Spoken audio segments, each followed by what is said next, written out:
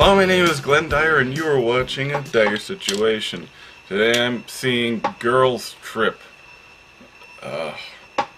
It's a movie starring Queen Latifah, wherein her and her friends go on a promiscuous girls' night out.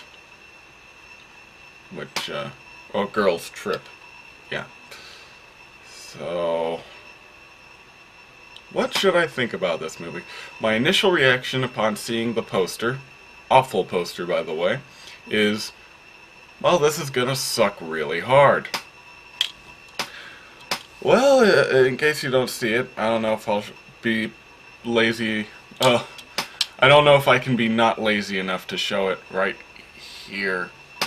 Maybe I'll put it in editing, maybe I won't, I don't know. I'm seeing like 5 movies today, so I'm probably gonna be like really tired by the time I get back, so I don't know. But anyway, it features in the foreground the ass of a man wearing really tight underpants, just kind of standing over there, like the whole thing is framed around his leg crotch area, and all the cast is like looking up at him like, whoa. Yeah, that's pretty much like the most awful thing I can think of. Okay, maybe that's an exaggeration, but still, that does not to me imply a well-written comedy. So I decided, whatever, I'll give it the benefit of the doubt. I'll see who's the director. Okay, the director, I forget his name, Malcolm Lee, I think it is the person who directed Barbershop: The Next Cut, which is a movie I actually really liked. And, didn't expect to like because it looked terrible, but I actually ended up liking it. In fact, I think it almost made a top 10 list. I think it either did or it almost did made the top 10 best movie list from a certain year. Okay, well, what else has he directed? Well, a little old movie called Scary Movie 5! Didn't see that coming. He's the director of Scary Movie 5.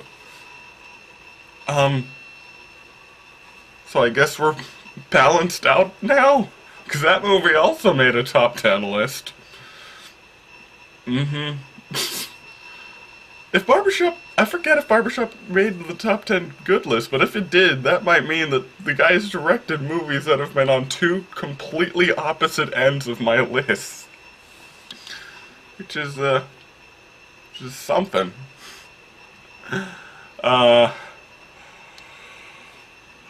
Anyway, so, okay. Well, you know what makes a really good comedy? The writer. The movie has 3 writers. Okay. Well, the movie technically has 2 writers. 3 people worked on the story, and 2 people worked on the screenplay. Okay, well, who worked on the screenplay?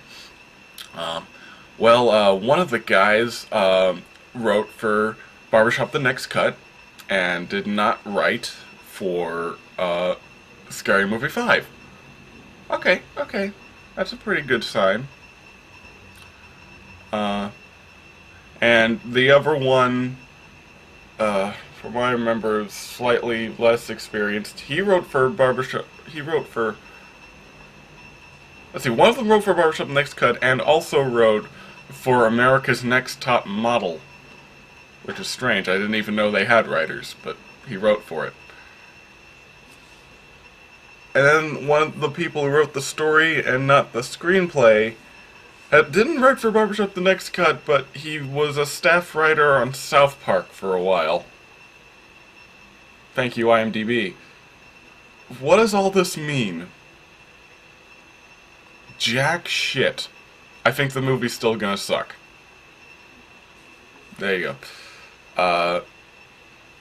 Just concept alone, I think it's a hard thing to sell and have it be, like, competent.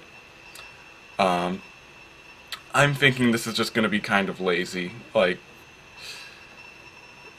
maybe they got a deal after The Next Cut did well. I don't know if it did well, actually, but if it did do well, maybe they, like, got some sort of contract deal, so this is one of their, back of their head ideas. I don't know. Also, one of the writers is writing for like a ton of remakes that I did not ever want to happen. Like Shaq. Did you know they're remaking no, not Shaq. Shaft. They're remaking Shaft. Shut your mouth. That's all I can say. Oh, and also, White Men Can't Jump and Cheaper by the Dozen. Again, a second remake of Cheaper by the Dozen. What is this world? Who wants these movies? Shaft was made in a very specific time. Okay, I'm going completely off topic. Let's see it. I'm back. So, that was crude, extremely unfunny, and, not very impactful.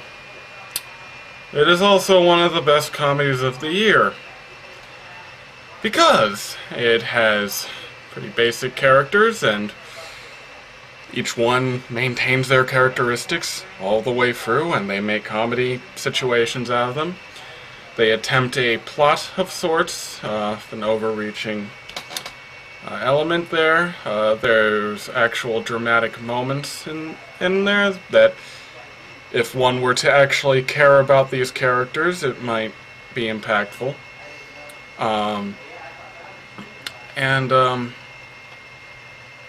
Yeah, there's straight mans. There's tons of straight mans. Scattered throughout there. People who react to their shenanigans. Congratulations, you have this movie. I wish I had a trophy.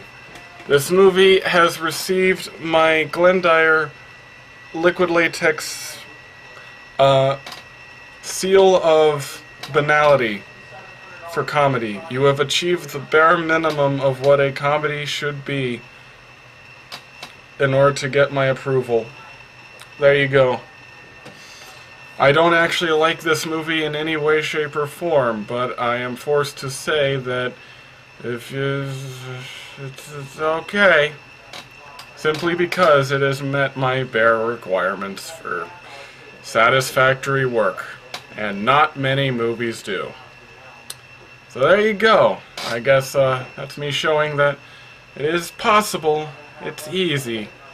Now, if every movie just kind of reached here, we might be able to build up from that point, okay? It's not that hard. People who wrote this movie were morons, I can assure you. I'm guessing Barbershop Next Cut was just a fluke. This was a very stupid movie. But you can do it. You can reach the bare minimum. It is easy. That's why it's the minimum.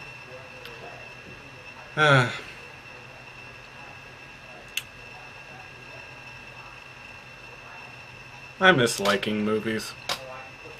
So until next time, I'm Glenn Dyer, and you have been watching a Dyer-Situation.